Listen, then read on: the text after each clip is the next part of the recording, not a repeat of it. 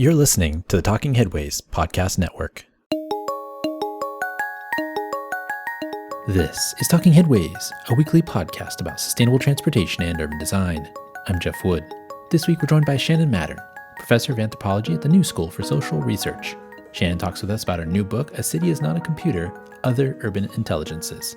Stay with us.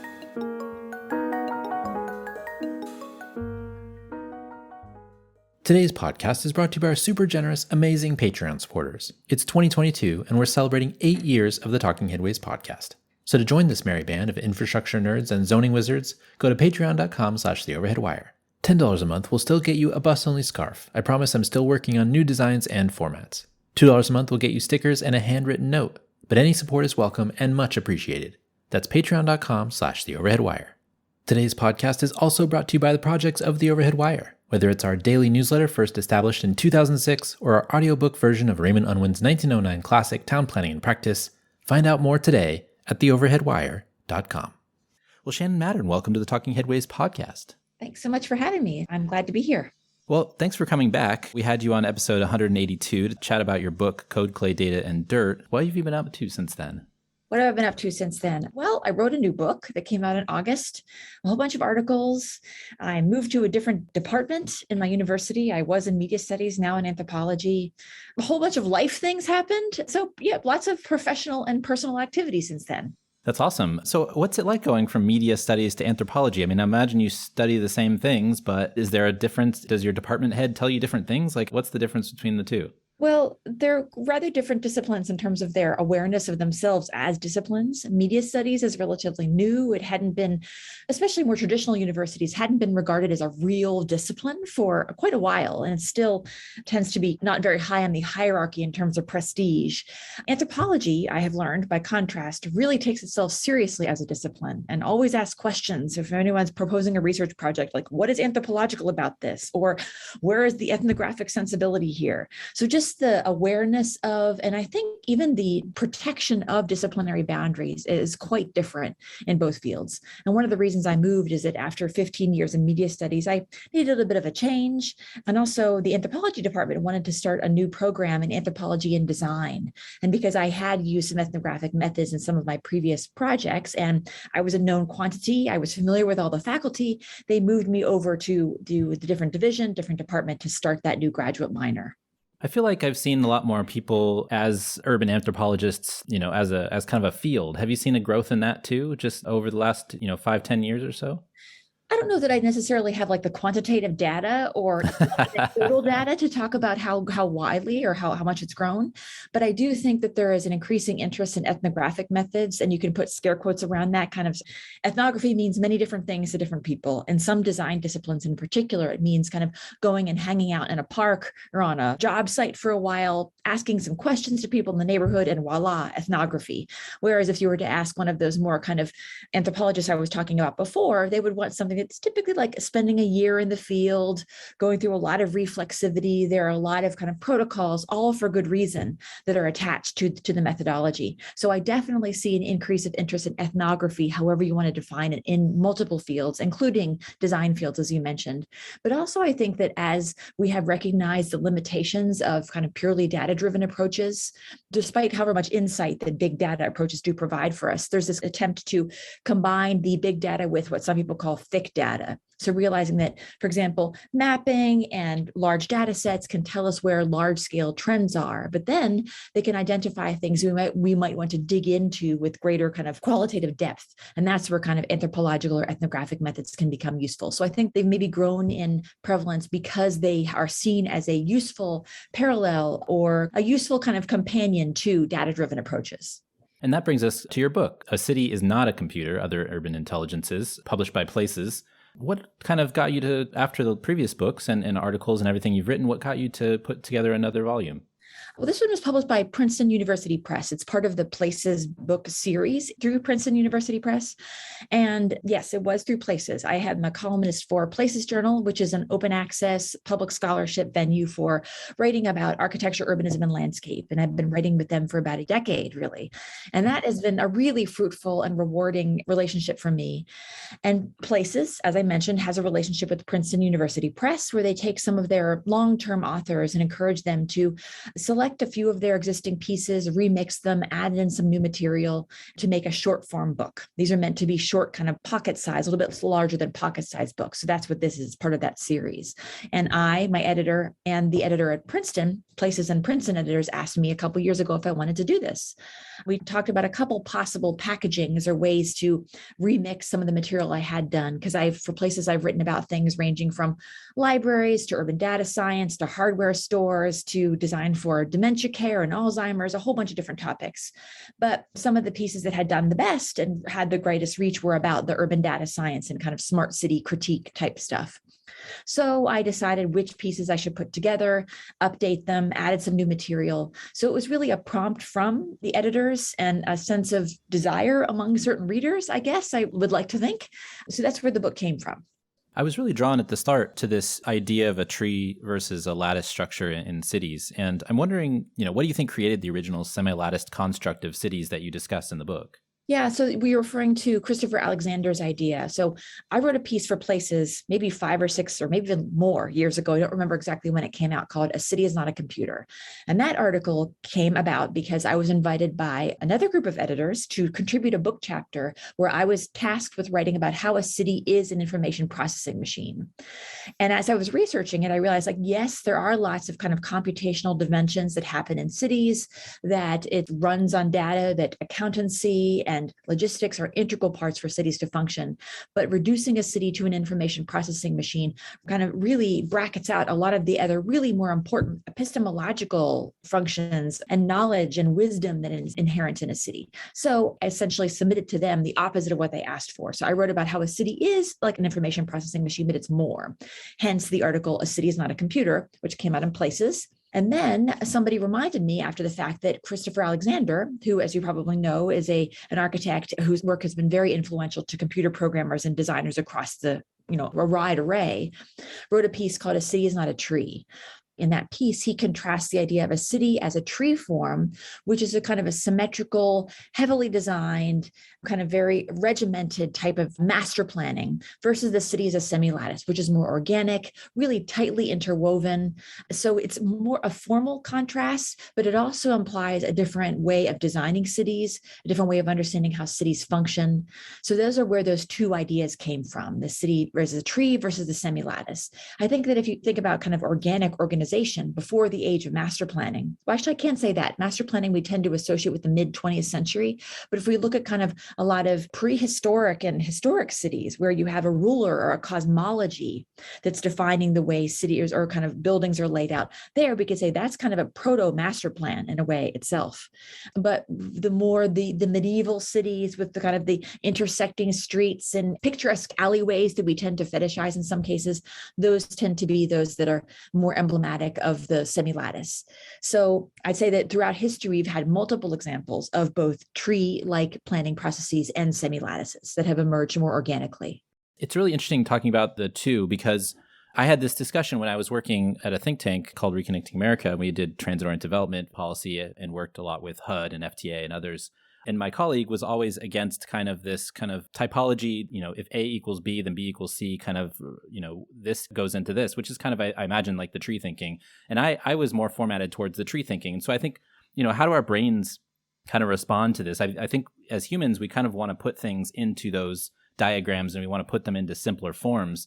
But in the book, you even mentioned, our mind can't really see the complexity in diagrams or the complexity in cities through a diagram. And I was curious by that too, because my thinking in previous trying to make sense of the world or make sense of cities kind of went more towards that tree thinking rather than that semi-lattice, the organic, the, unknowable to a certain extent.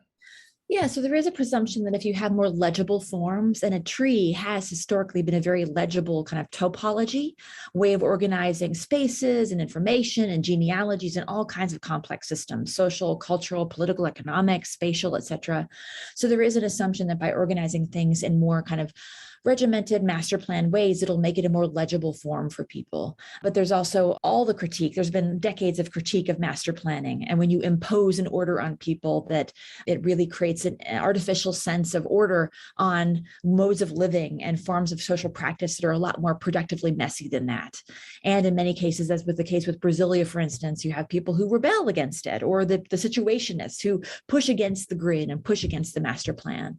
So there are presumptions that, again, having a more kind of clearly defined order will make things easier, but it's also a form of social and spatial engineering as well. So there are both kind of maybe more nefarious purposes for imposing a quote unquote tree structure for the purposes of social control, but then there are also kind of maybe more benevolent or seemingly benevolent purposes, and that it's creating a space that makes more sense to people, or at least that's the assumption. Another thing that came to mind when I was reading the book was, there's a lot of talk about autonomous vehicles. We had Peter Norton on to talk about his book and kind of the critique of the autonomous vehicle and the idea of the salesmanship of it all. But I'm wondering if, that tree thinking is the reason why autonomous vehicles are just always going to be a fantasy, because of, things are messy, things are organic. They're not necessarily going to go into the structure that you want them to go in. And so it makes it harder to fit something that is very structured onto an organic form. I think that's part of it, yes. But then there are also like the agents that have to fit within that tree structure, like the children that you can't anticipate are going to run into the street. Or I remember reading a couple of years ago that in Australia, they were having trouble with kind of all the sensing devices on cars reading kangaroos because they moved in a pattern that the algorithm wasn't trained to see. There was like kind of a biomechanics that all the LiDAR and sonar and cameras really weren't kind of trained to recognize as an avoidable obstacle. I mean, I was just talking to one of my cousins over the holiday who's a civil engineer in DC, and he was telling me about how his office, or a firm he used to work for, has offices in DC and New York. And he was always surprised how in New York, they would start by modeling pedestrian activity, all of the kind of much more hard to predict things and smaller individual moving bodies and all of the accoutrements that they bring with them, like walkers and scooters and motorized kind of scooters for the elderly, for instance. Whereas at his office in DC, they started with cars, both moving cars and parked cars. So there we just see that the sensibility or the place that organic objects, organic entities play in the planning process has different degrees of salience and different ways of thinking about planning for transportation or kind of urban planning writ large. I like the idea of thinking of children as agents, as if they were like covert operatives trying to upend the status quo. Why is the word smart such a hard word to avoid? Well, it's ubiquitous. It's a marketing term for one thing. And lots of folks, including, a colleague of mine, Jathan Sadowski, wrote a book called Too Smart a couple of years ago, where people are critiquing just the ubiquity of the term smart and how it's been applied for a long time now, actually to the point where it's actually quite annoying in multiple sectors. Smart can be a prefix for pretty much anything. Smart trash cans, smart street lights, smart cars, smart coffee machines, smart toothbrushes, all kinds of things. And really, it doesn't just connote, but it denotes a form of kind of data capture and prediction, typically in kind of corporate structures. It raises lots of questions about privacy, about agency, going back to your comment earlier about what does it mean to have agency or to be an agent. But your question was, what are the problems of having smartness applied to everything? Yeah, like smart cities, smart growth. It's such a hard word to nail down, and it's hard to refute. Smart versus dumb, those types of like binary ideas and thoughts. Yeah, so going back to the connotation, smart does have a positive connotation. I don't know that too many people who don't want to be smart, although there are kind of some other kind of terms, like to smart means to be rude or to be sassy in some cultural contexts. But in this case, I think that most people would prefer smartness over dumbness. So smartness is, in a sense, an epistemological claim. And by that mean, smartness implies having a certain kind of wealth of data or information. And I'm using these terms, but they're not really interchangeable. I mean, this is a kind of a classical or canonical model that you might see in information studies and information science, the data, information, knowledge, and wisdom triangle, where there's a proliferation of data. And then once you kind of package that and process it, it becomes information. When you process and filter information and put it in context, it becomes knowledge. And then when you live that knowledge over the context of a lifetime in relationship to other people in your community, then the hardest thing to acquire and probably the most revered form of epistemological form is wisdom. So smartness tends to imply having a lot of data, which doesn't always imply that smartness is applied wisely or knowledgeably. So I think that when we think about smartness as the telos, the end goal for all kinds of product development, urban planning, and everything, it really kind of limits us in terms of thinking about what types of intelligences and knowledges really matter. Lots of questions aren't asked, like, what are the risks of being smart? What types of understandings and experiences are bracketed out that don't lend themselves to smartification in the way smartness is operationalized in a toothbrush or a car, for instance? So these are just some of the limitations of that marketing term or that branding concept.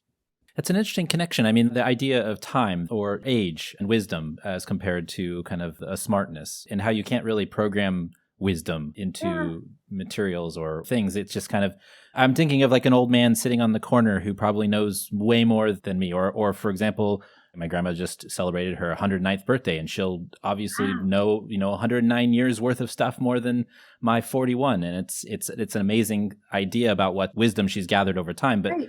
A tool or a thing can't be smart just when you turn on the switch. Right. And there is kind of a fetishization of efficiency, of nowness, of prediction, always looking forward based on kind of data that are harvested in the moment. Of course, there are kind of historical data, so you're drawing on historical data as well, but there's a very different sense of temporality when you think about smartness versus wisdom. And one of the other ways of thinking about the temporal dimension of knowing that I talk a bit about in the book and that other people have talked about much more eloquently and knowledgeably than I have is indigenous wisdom. So there in my class, I taught an anthropology and design class this past semester, and we had the indigenous artist and designer Suzanne Kite join us, who has done a lot of work on indigenous AI, artificial intelligence. And she reminds us that in many indigenous communities, which is again, multiple generations of accumulated knowledge, a lot of which is distributed, it's not all collected in a data set, some of which is conveyed through oral culture, through performance, through food ways, all different types of ways of thinking about how knowledge is embodied in the world in different ways. But one of her things that she advocates for is thinking about 7 generations. So when you make a design decision, you're just not thinking about increasing efficiency for the current residents or occupants of a place. You're also thinking about the long-term impacts 7 generations from now, maybe even 7 generations back as well. This requires us to think about ecological impacts of what we're doing. There's been a lot of research recently about the fact that we're relying on automated vehicles, all types of smart technologies rely on rare earth minerals and mining in many conflict zones in the world. What are the long-term 7 generations worth of impact of not only ecological, but also kind of in terms of cultural values? So that's a very different way of thinking about the temporality of design and wisdom than it is thinking about the nowness of smartness. I think of how hard it is. I do something simple, maybe like take out the trash or, fix something in the house or whatever it is. And I'm thinking to myself sometimes, like, how would I ever pass this knowledge on? Or when you're young or when you're a baby and you're trying to learn all these things, how do you absorb all of these pieces of information? It seems daunting at times to think about passing along or even just conveying something that you've learned over so many years. But, if you're a kid or a child or younger, how do you pass that, wisdom or knowledge or how to do something on? I mean, now we have YouTube videos and all this stuff about how to learn things, but that can't replace kind of that lived experience, I guess. Yeah. Well, this gets at 2 of the chapters in the book. So one thing that maybe I'm hoping is making my book a bit different than some of the other books about smart technologies and data-driven urban planning is that I included a chapter at the end about maintenance, because I want to say that is one of those types of embodied ways of knowledge, the type of stuff that you learn that maybe you even have to be an apprentice office. You have to watch people do it. You have to put yourself in certain kind of messy situational contexts and talk to an expert and ask, how would I handle this in this situation? It's not something you can read a textbook to learn how to do. It's not something an app kind of enterprise software is going to tell you how to fix something in many cases. So yes, there are certain aspects of maintenance that have been automated, certain things where data is very helpful in kind of diagnosing problems and testing the efficient kind of effective operation of systems. But there's a lot of care work, repair work, and maintenance that involve a very different type of knowledge than what we can find in kind of the world of smartness. Another chapter in the book, the penultimate one, is about libraries. And I have written about public libraries and kind of community knowledge infrastructures that's probably the longest thread in my career. My dissertation was about that 20 years ago. My first book was about public library buildings. And there I acknowledge that libraries can be really valuable data hubs in their cities. They can be the repositories of like public urban data sets. They can help people to develop critical data literacy, to empower citizens and residents to learn how to use data for their own benefit. They can help people to get access to digital technologies, moving over the digital divide. They can help people to develop their own data or create their own kind of media content. But they also remind us that not everything is reducible to the digital, that there are multiple ways of knowing. One example that I used a lot in talking about this book is a project that opened up in Greenpoint Library last year, the Greenpoint Public Library and Environmental Education Center. And there, it's a library that's built in a neighborhood in Brooklyn that's the home of several Superfund sites. And in a lawsuit with, I think it was Exxon or one of the big energy companies to kind of partly atone for the damage they had done, the community decided to put that money into a public trust or a community trust. And one of the things they chose to do with it was to build a public library where they want to really grapple with all of the ways of knowing about environmental justice and injustice. So yes, they're building kind of a community data set about environmental justice and environmental conditions, but they're also engaging with indigenous knowledge, recognizing kind of Lenape traditions, ways of engaging with the land that preceded all the development that is now currently Brooklyn. They're also building an oral history, kind of an environmental justice oral history collection. So there, I feel like libraries are really great at reminding us that when we do adopt digital data-driven technologies, we have to do so critically, aware of injustices or kind of inequities, of the risks that they pose to people, how to use them thoughtfully, and then also supplement them with other equally valid ways of knowing, including things like, as I mentioned, oral history, embodied ways of knowing, books still as well too. I mean, those are still eminently relevant. So it's just the variety of different epistemologies that are embodied in a library is what I think is a good way to remember the richness of how we can go beyond the reductiveness of smartness. I often say on the show that I wish I could live 1,000 years so I could live in all the cities and process all the information in my own mind. Do you ever wish you could read all the books?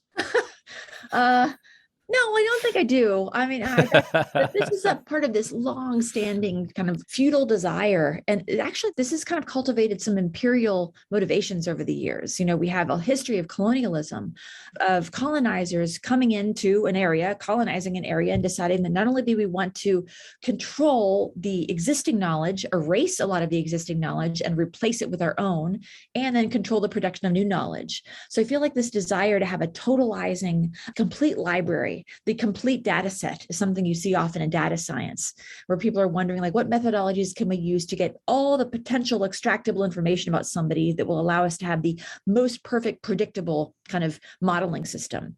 There is kind of a natural human desire to want to know as much as possible, but these are also really kind of dangerously hubristic tendencies that have been integral elements of colonialism and white supremacy and other kind of bad things humans have done throughout their history. You kind of went dark there. I was thinking from just I'd like to know, I'm a viewer from the outside, not taking all the data to be the emperor or anything like that. I want to see what happens at the end of it's almost a Doctor Who thing. What happens at the end of the timeline?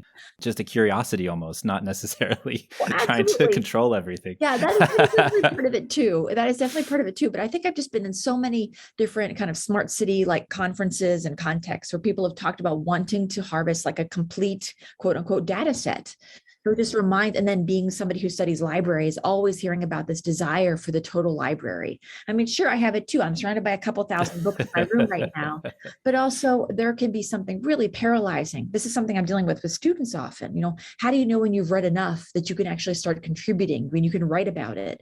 So this idea that you have to reach some state of completion or totality can be paralyzing. So it's both exciting and a great motivating factor, and curiosity is wonderful. And I'm fully supportive of all of those things. But I think we also have to recognize the potentially paralyzing and deleterious aspects of this desire to know and to see everything too. In the book, there's also a discussion about how we shouldn't expect advertising companies such as like Google or Facebook to act like public knowledge bases. But how do you create a public alternative without kind of the advertising or the fundraising baggage that goes along with all of that mess? I think in that section that you're referring to, I'm drawing on the work of Sophia Noble. I'm not sure if you've ever had Sophia on your program, but she's really a fantastic kind of critical data studies and looking kind of critical race studies scholar. She wrote a book called Algorithms of Oppression several years ago that's looking at the biases of our search terms and the inequities that are built into different types of algorithms.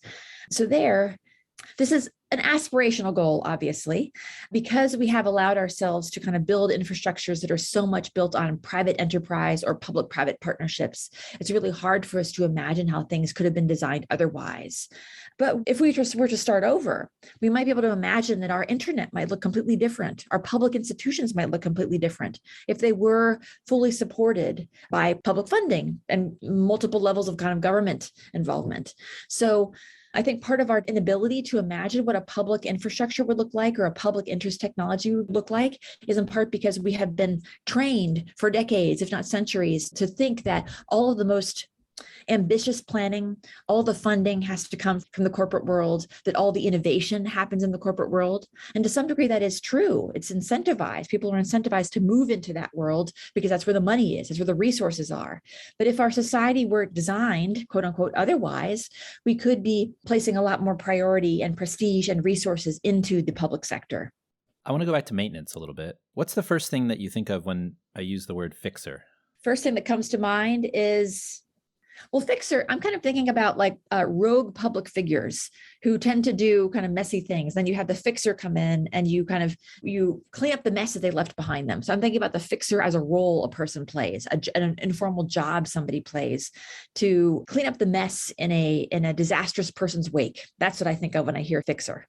I was just curious because the maintenance chapter kind of got me thinking about the idea of a fixer. I mean, obviously we have political fixers and you have fixers in movies and film. Do you have a director that goes through a whole movie and makes something and then the studio doesn't like it, and so they have somebody come in to make the happy ending or whatever else, even if it's a mess. It's just a curious term almost, a fixer, something to think about. It is. And that's something I talk a little bit about in that chapter, and that I've had other discussions with people about, is that, maintenance, care, repair, fixing, mending is another one, healing. These are all terms that are kind of within this larger umbrella of amelioration or remediation, I guess you could say, but they all have different connotations. They call to mind different imaginaries. Like maintenance, we think of like guys fixing bridges, whereas caring, we think of like women working with babies. So there are gender and class dimensions. So yeah, these terms have different, again, both denotations and connotations, and they seem to circulate within different realms.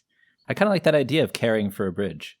Or caring for a train line or something, Yeah. It seems like something we should do. Absolutely. Care. And this is something that Justin Garrett Moore, who's at the Mellon Foundation, and Alexandra Lang, who writes for Curbed and a bunch of other publications, she wrote a piece, I think it was just last month, drawing on Justin Garrett Moore's work, calling for a department of care, saying that a city should, we should institutionalize it and think of like caring for roads and bridges as much as we care for bodies and families.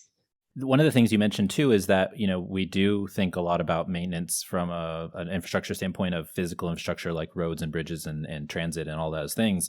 But then there's this other thing that's coming up about the care of or the maintenance of municipal software, which is really a fascinating topic too, because of all the ransomware issues that are appearing these days, but just also how you buy Word 95 and then Word 95 seems to stay a part of the city until there's a budget to replace it or somebody who takes care of it. And then it's an interesting thought. You have all these layers of infrastructure and the software part of it just hasn't been discussed as much. It's not part of that infrastructure bill discussion, right? Yeah. Well, part of it is that because the power to the knowledge required to maintain these different things exists in different disciplines, different professions. So the people who are maintaining the bridges are very different than the ones who are maintaining the software or cleaning the data, for instance. But I think it is, and this is what I tried to do in that chapter in the book, is identify or talk about how all of these different scales or layers are integrated. And if you want to think about maintaining a bridge or a transit systems do rely on a lot of data, especially if we're moving more towards automated vehicles. I'm not sure when that day will happen, if it ever does, but if that is part of some people's future vision, you can't not think about maintaining a transit system at the same time that you're not thinking about cleaning data and maintaining software. So I feel like there has to be much more integration of realizing that maintenance has to happen across these scales. And then furthermore, care is not a separate realm too. You also have to care for the workers who are doing this work and the people who are putting themselves at risk. The pandemic has definitely called a lot of attention to the precarity, the risks that frontline workers and maintenance workers and healthcare workers put themselves in. So caring for the bodies and all the affective stuff that is a part of these systems is an integral part of maintaining the larger system too. Do you think the pandemic has kind of recast the discussion about maintenance and care? I think so. Yeah. First of all, there's just been a lot more people talking about it. We have see the rise of kind of mutual care networks, the fact that that is a term that's part of general parlance in many circles, that we recognize the value of health, not that as if we've been oblivious to this, but I think it has really put into stark relief the need to care for care workers. And we see the breakdown of things like supply chains over the past several months as well. So yeah, I think just the snafus, the broken systems, the appreciation for those who are putting themselves out for others, the rise of kind of community networks to fill in where social infrastructures fall short or other infrastructures fall short. Yeah, I think it's like care is a part of discussion, but it's also something people are practicing in different ways during the pandemic. Another interesting thing from the book that you mentioned slightly is the idea that Lewis Mumford had as kind of the city as a container. And I kind of connect that to what you're talking about as city X or Y as a platform, or the idea of this is a platform to do all these other things.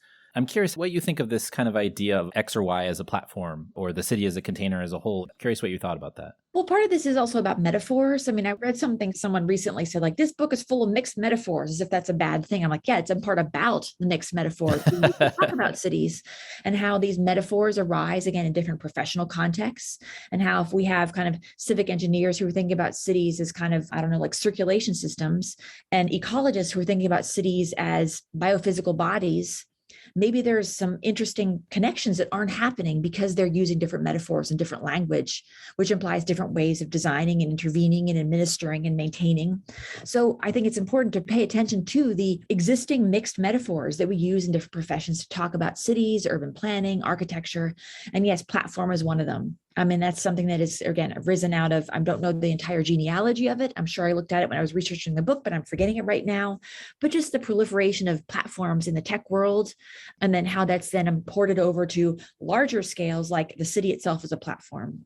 There was also a period of several years ago where people were talking about libraries and different civic institutions as platforms, where there's a lot of kind of empowering rhetoric or assumptions that are built into that metaphor, because the platform is essentially lifting you up. Here, we're going to provide you with the tools. We're going to give you all the stuff you need, and you can build things on top of it. So that can be very empowering to kind of a citizenry or a community to realize that there's something out there that's going to lift them up, provide them with the stuff they need to build stuff with it. There's also some risks to platform, and that it doesn't really prompt us to ask about, like, what's underneath, who's holding it up. In many cases, especially with tech platforms, it's kind of black box technologies and profit-driven corporations who are building platforms, who are then extracting the data of the people who are working on top of them. So I don't mean to be kind of obnoxiously reading too much into these metaphors, but they do imply a different kind of politics and a different form of agency, where if we think of the city as an infrastructure versus the city as a body, the city as a machine, the city as a platform, they do really imply different ways of understanding what our roles are in them, who holds the power in them, and how they operate, and what possible changes could be made too. The first thing that comes to my mind is thinking about a platform as like an offshore platform, which is very extractive, right? It's true. Well, you mentioned earlier about my idea about learning everything in the world. It's maybe colonialistic or extractive in a certain way, more than maybe the previous idea about libraries. It's true. It's just an interesting connection. There's also a part of the book about dashboards. And I was fascinated to read about this because it seems like everybody in the past, at least from the 50s on or so, or even maybe before that, wanted to have a dashboard of some sort to tell you everything, which goes back to that kind of every knowledge you could possibly have, but it's not possible to have every knowledge you could possibly have on a dashboard. The dashboard discussion reminded me a lot of these kind of best of lists, like The Economist's Most Livable City or those types of things. And I'm curious how the dashboard plays into cities' need to be recognized with some sort of a data scoring system. Well, there have been lots of critiques from multiple fields about the fact that we're living in an audit culture, that it's all about rankings, that we have to quantify everything, that we live in a competitive culture where prestige and capital and investment come to those who are ranked higher on whatever the criterion might be. So that's a larger cultural critique about why we tend to regard everything as competitive, as a zero-sum game, as kind of fixed quantities that we all have to compete over. And I think an interesting parallel to that, going back to our tree discussion, is the resonance that Susan Simard's work and a lot of indigenous thinkers' work has had in realizing that forests, for instance, are kind of more cooperative ecologies. Rather than having trees and different life forms competing for resources, they're actually working to kind of support one another. They're kind of communication networks that are, if one thrives, they all thrive, and that everybody's kind of thriving depends upon collaboration with others. So I feel like, again, these metaphors we're using really shape the way we understand whether we're living in a competitive or a collaborative culture. So that's one kind of larger motivation for wanting to have a dashboard. But I also just in the context of the larger book, I started the book with the dashboard chapter because I think it gives people a concrete case study to think about all of these epistemological, methodological, and political and kind of cultural things that I talk about in the rest of the book. So the dashboard really kind of crystallizes this way of thinking about smartness that we were talking about before.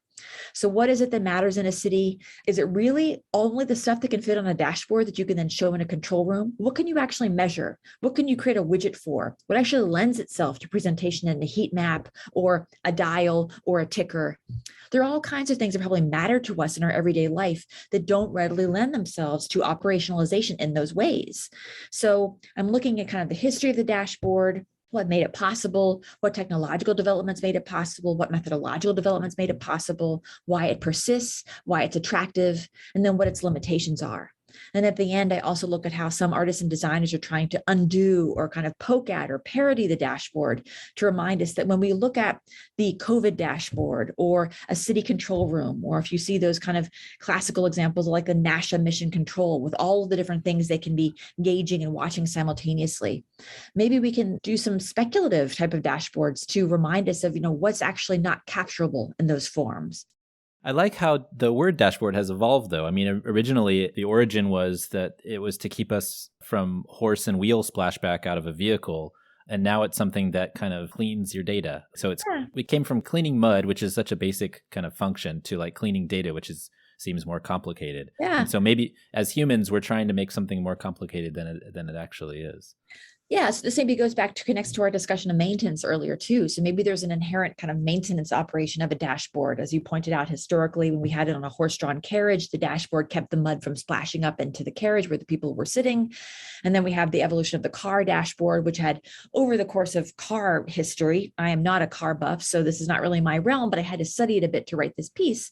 We have originally just like an on and off and like the gas gauge, so you have just a limited number of gauges, in part because systems engineering only allowed us to measure a certain number of things. Other things you had to rely on analog cues. So if your radiator explodes, like there you go. That's that is your dashboard to tell you like something is not working. We didn't have a way to measure and then to visualize what was happening in these kind of more analog type of contexts. Then we see the proliferation of gauges, look at the evolution of cockpits, evolution of control rooms, mission control, and then the more contemporary ones in kind of smart contexts. So there is a way that it's presenting kind of what we might regard as it's cleaning the data that an individual agent or operator can seemingly reasonably deal with. So when you're driving a Ford Model T, it's kind of cleaning the data that was able to be gleaned at that time. The only things that kind of we had the gauges and metrics to be able to both measure and then represent. And now if we're looking at more digital dashboards, it's again kind of cleaning certain data sets and presenting for us. In many cases, ostensibly, it's about so that we can act on these data. But if you look at a lot of dashboards, it's more data than any one human brain can intake. are synergized and be able to act on. So in some cases, it's more like a performance. It's a highly aestheticized, you might say a clean aesthetic to present this. Going back to your comment about like reading all the books and having all the knowledge, it presents a clean visualization of ubiquitous knowledge, of kind of surveillant clairvoyance, knowing all the things that are happening simultaneously. But it's a very clean version of that. And by that, I mean kind of delimited, because again, it's only showing what can be measured and rendered visible in that form. Unfortunately, I think if you want to get all the knowledge off your dashboard, you end up colliding with something and then maybe dying, and then you'll never get all the knowledge. Probably, that is true too, yes. You're reaching too far.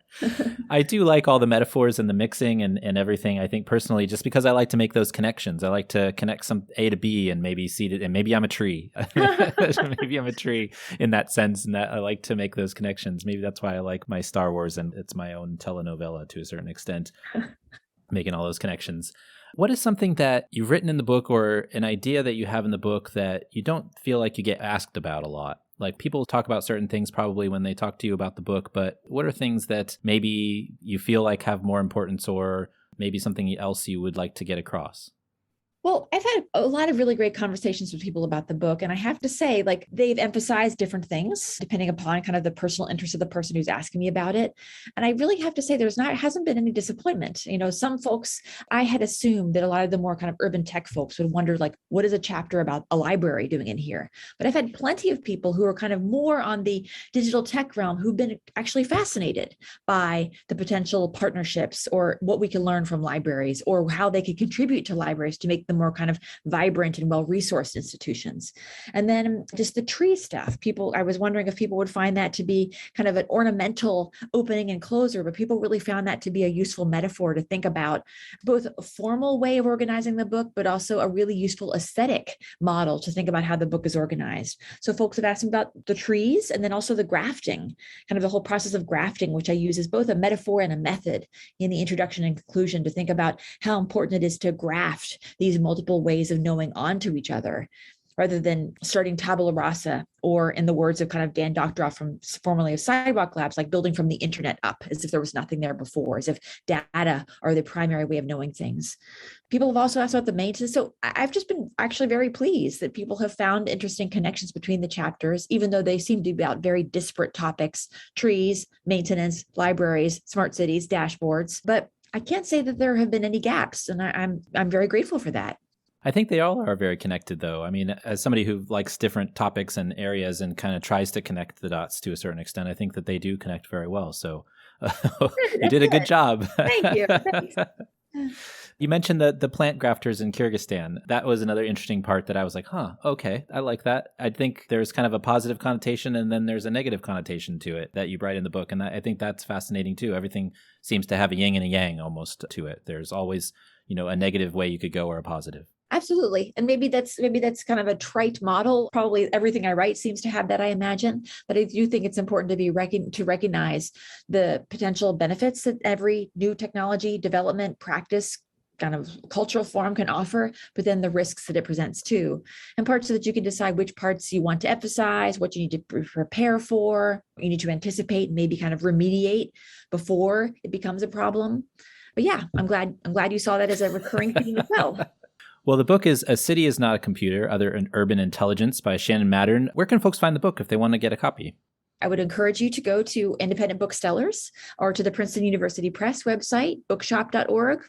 And if you must use Amazon, you could do that too. Nah, go to your local bookstore. Go to bookshop.org and type in your local bookstore. I got mine at Folio, which is my local bookstore. Great, thank you. Here in San Francisco. So I try to plug that as much as possible to get your books. Great, thank you. Well, Shannon, thanks so much for joining us. We really appreciate your time, and thanks for putting together such a great book. Thank you so much for having me. It was a pleasure.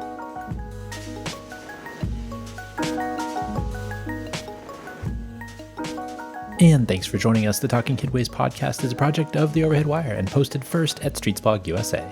Thanks to our wonderful Patreon supporters for sponsoring this show and Mondays at The Overhead Wire. You can support the show by going to patreon.com/TheOverheadWire. You can sign up for our 15-year-old newsletter at TheOverheadWire.com.